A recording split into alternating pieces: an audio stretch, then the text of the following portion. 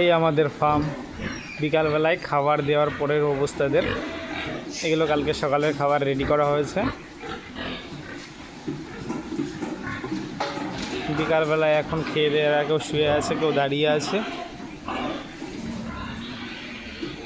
প্রত্যেকটা মায়ের জন্য এক একটা করে খাঁচা করা আছে আমাদের ফার্মে,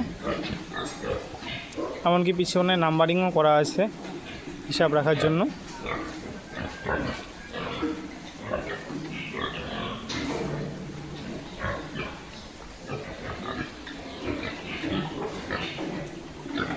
এইগুলো হচ্ছে জলের জায়গা, এখান দিয়ে জল খায় এরা, আর এই ডাব্বার ভিতরে খাবার দেওয়া হয়।